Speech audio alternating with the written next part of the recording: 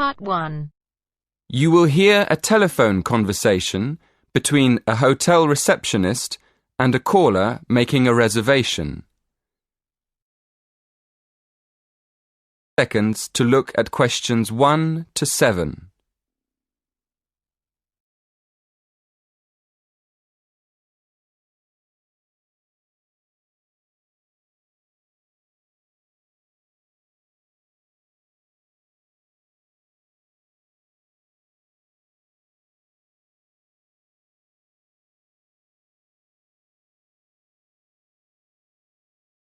Now we shall begin.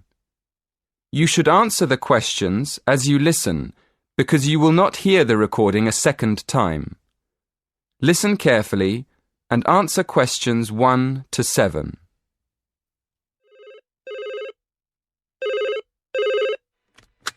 Silver Tulip Hotel, good afternoon. How can I help you? Yes. Good afternoon. I'd like to book a room for next Friday. Certainly, sir. How many nights will you be staying? Just one, please. And would you like a single or double room? A double room, please. A double room. And would you like twin beds or a king-size bed? A king-sized bed, please. Let me see. Yes, we do have a double room available for next Friday. Would you like me to book it for you? Yes, please. Could I have your name, please? Yes, it's Edward Francis. Is that Frances? No, it's Francis. Francis. Yes, that's right. And your home address, please, sir? Yes, it's 23 Cypress Avenue, Cambridge. Is that Cyprus? No, Cypress, like the tree. Oh, I see.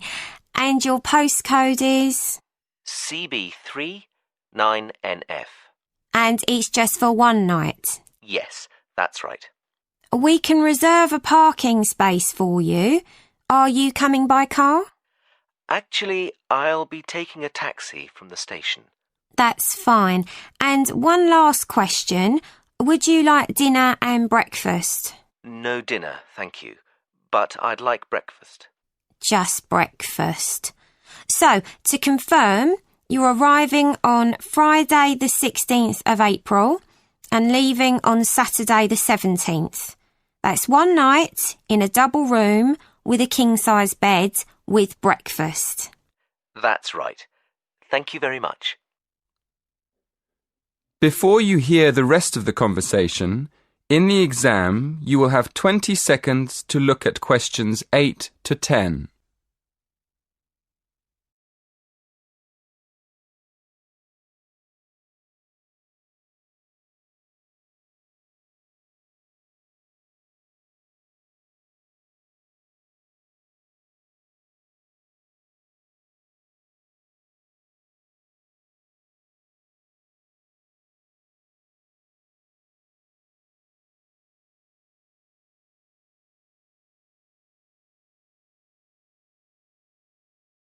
Now listen carefully and answer questions 8 to 10. And could I have your mobile number, please? Yes, it's 07976 122 577. Oh, no, sorry, it's been changed. It's 07961 121 597. 07961 121 597. Thank you. Is there anything else I can help you with? Yes, I'm having dinner with a friend. Could you recommend a good restaurant nearby? That would be the Winston Churchill. It's about a mile from here. Perfect. Could you please make a reservation for 7 p.m. and leave a message with the details for my friend when he arrives? Certainly. What is the gentleman's name? Mr. Alaoui. That's ALAOUI. No problem. We look forward to seeing you next week. Thank you. That is the end of part 1. You now have half a minute to check your answers.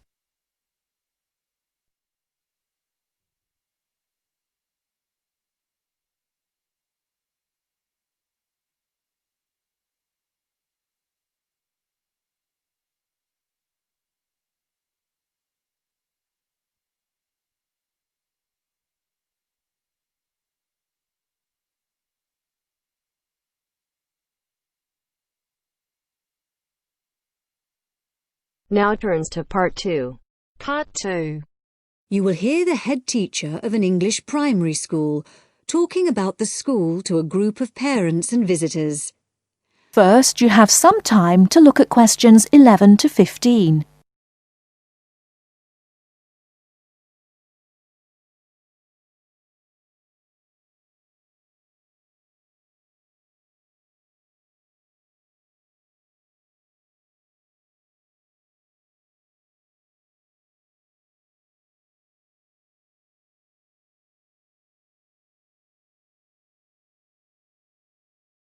Now, listen carefully and answer questions 11 to 15. Good morning, everyone. And as the head teacher of Cranley Hill Primary School, I'm very happy to welcome you to our open day. Today, the school is open not just to parents of our pupils, but also to anyone else interested in seeing the school. I'll start by telling you about the school, and after that, you can walk round and see it for yourselves. We take most of our pupils from the two nearby villages of Seabourne and Millthorpe. These were once coal mining villages. There have been coal mines here since the 1830s. When the school was originally established, way back in 1899, almost every child's father worked in the mines. However, the coal mines were closed in 1983, and many people left the area as a result. Nowadays, most of the remaining inhabitants tend to commute to work in the city rather than working locally. At present, the number of students on our rolls is just 90, compared to almost 200 in 1985, due to the decline in the population of the mining villages. And the staff see this as a big bonus because we know each student personally. The school is very involved in the local community, and we are especially proud of our status as Great Britain's first school to be entirely powered by wind energy. This project began several years ago when it was decided that a wind power turbine should be installed in the school field. This now supplies the school with all the electricity we need, and there is also power left over for the villages nearby. The opposite situation to that in the past, when it was the villages which supplied the school with power in the form of coal from the mines. The project has been of enormous benefit to the school in other ways as well. It has allowed exciting learning opportunities about electricity generation, and the turbine has also inspired poetry, art, and even our own song. It also allows teachers to introduce global issues such as carbon dioxide emissions and global warming to the students. I feel it may be irresponsible to burden young children with worries about global issues which are insoluble, but by actually using wind power as a non-polluting, renewable source of energy, instead of using fossil fuels such as oil or gas, we are offering practical solutions to our pupils in their own environment. The school is also extremely involved in other environmental issues. In the last few years, we've developed our school field into what we now call our secret garden, which you will have a chance to explore shortly. Here, the pupils have their own organic vegetable patch, and another special feature of the school is that the vegetables grown here are used in the school kitchens for school lunches, with any extra ones being taken home by the children to share with the community. Before you hear the rest of the talk, you have some time to look at questions 16 to 20.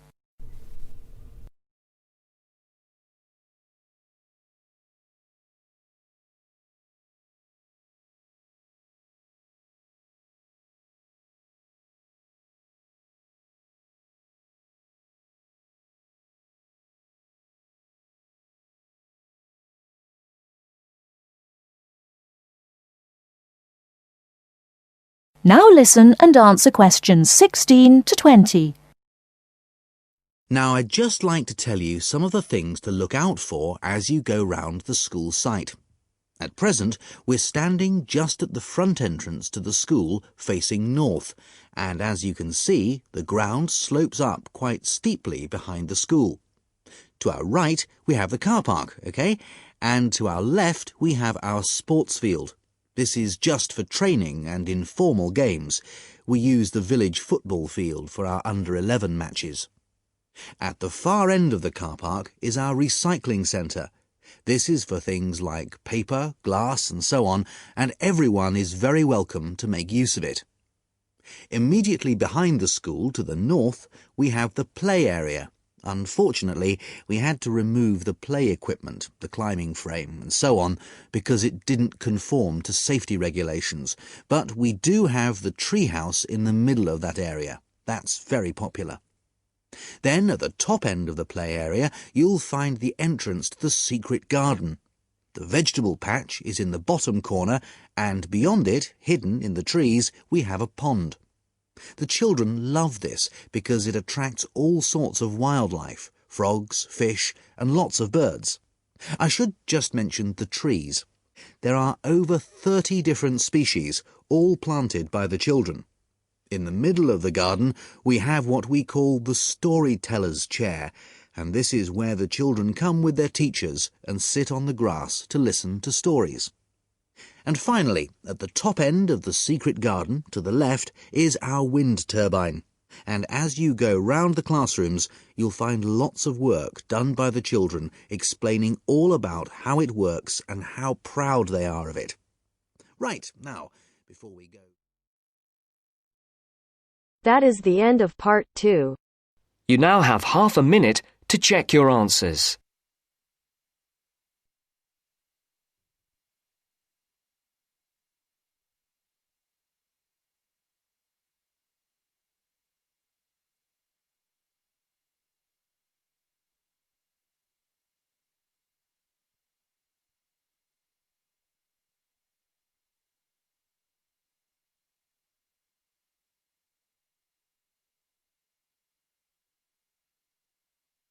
Now turns to part 3. Part 3. You will hear part of a lecture about tourism and the leisure industry. First, you have some time to look at questions 21 to 25.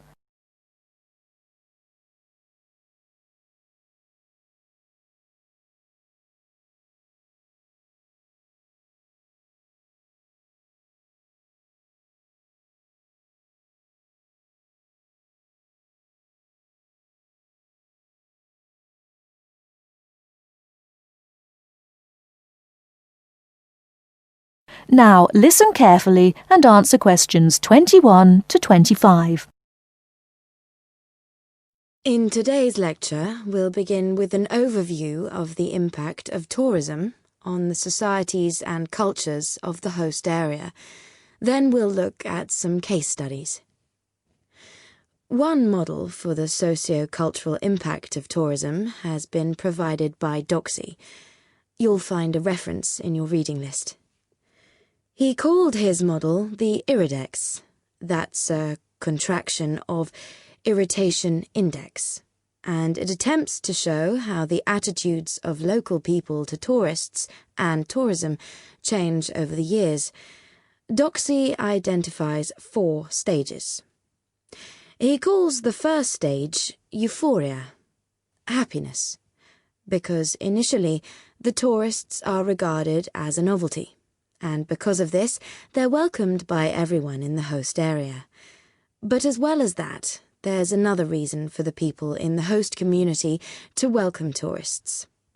Local people realise that tourism brings scope for economic benefits. As tourist development begins to increase, however, local interest in the visitors becomes sectionalised. That means that some sections of the local population become involved with tourists, while others don't. and it is increasingly the case that commercial rather than social factors are influencing relationships between tourists and the host community. People are less interested in the tourists for their own sake. Doxy calls this stage apathy. If development continues to increase, apathy may change to annoyance. What's causing this? Well, development of the tourist area may start to spiral up out of control, and this is often accompanied by congestion, which is going to make life difficult for local people. So the policymakers, the government, the local authorities and so on provide more infrastructure for the area, more roads, more car parks and so on, to try to help cope with the influx of tourists. But the lives of the local people are made increasingly difficult, and in the final stage of the model, annoyance has turned to antagonism and open hostility to the tourists. And now, all the detrimental changes to lifestyles in the host area are, fairly or unfairly, seen as due to the tourists.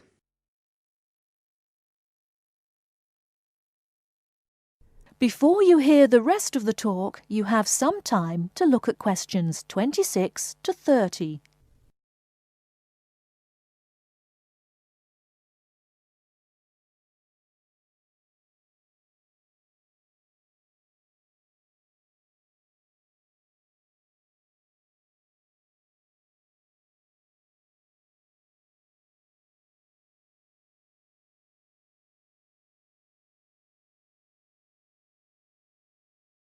Now listen and answer questions 26 to 30. Well, this sort of pathway is certainly a fairly good reflection of what happens in some tourist destinations. But Doxy's model has drawn a number of criticisms. The most significant is that it suggests a very negative attitude to the socio-cultural effects of tourism. The fact that the model is unidirectional, that it only works in one direction, seems to suggest that decline in the host-visitor relationship is inevitable. Now, in practice, fortunately, things aren't always quite like that. If you look at real situations, you'll see that the relationships between local people and tourists are rather more complicated and prone to greater variation than this model suggests. So the model is really rather oversimplified. In fact, studies have highlighted quite a few positive effects of tourism. For example, Doxy's model doesn't look at the effects on the tourists themselves. They may well benefit from increased understanding of the host society and culture. Then, traditional crafts in the host area may be revitalized because tourism provides new markets, such as the souvenir trade, for example. So, instead of these traditional skills being lost, local people are encouraged to develop them. There may also be more long-lasting changes, which actually lead to the empowerment of both groups and individuals in the host area. For example, tourism creates openings for employment for women, and through giving them a chance to have a personal income, it allows them to become more independent. In addition, because tourism tends to work through a very few languages that have worldwide usage, those working in the tourist industry may be encouraged to acquire new languages, and this will empower them through providing wider access to globalized media and improving their job prospects in a wider context. Right, now we'll take a short break there, and then we'll look at a couple of case studies and see how far the points we've discussed so far apply to them. That is the end of part 3. You now have half a minute to check your answers.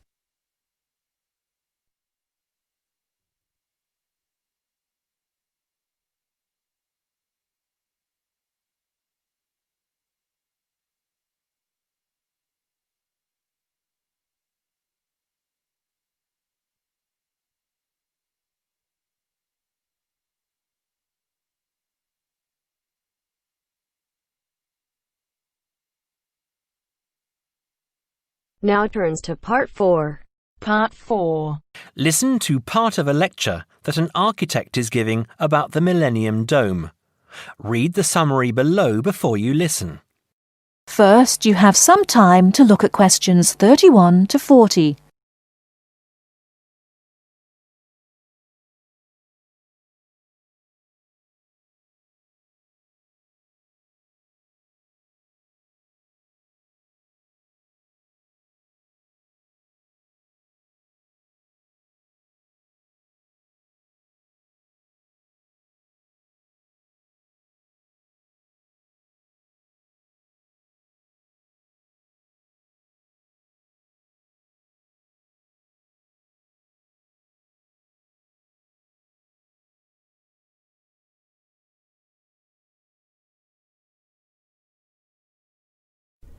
Now listen carefully and answer questions 31 to 40.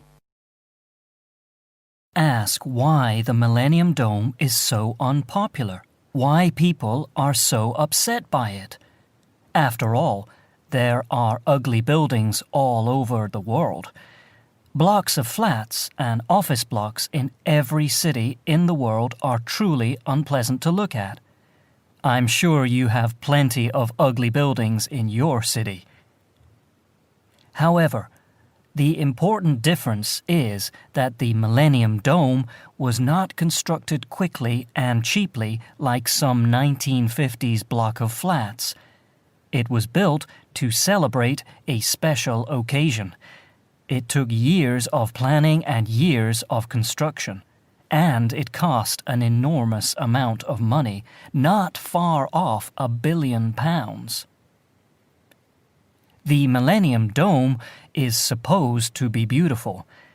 It is, however, quite horrible. It was built to bring one of the world's great cities into the 21st century. Now, less than 10 years later, nobody wants to look at it. I am afraid that it will always be famous for its ugliness.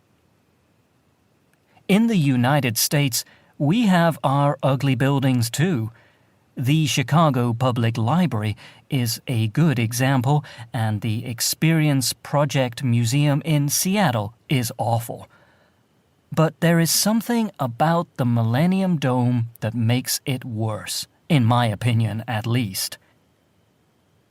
I admit that the design of the building is ambitious and, of course, is a great achievement of engineering. However, I'm afraid that for me that is not enough. To my mind, the Millennium Dome was and is a huge disappointment. So, what will become of the building now? I understand that it has been bought by a company that hoped to turn it into a venue for entertainment events like shows and concerts. I suppose that considering how much it cost, it is good that it will be used for something. Personally, however, I would prefer to see it pulled down.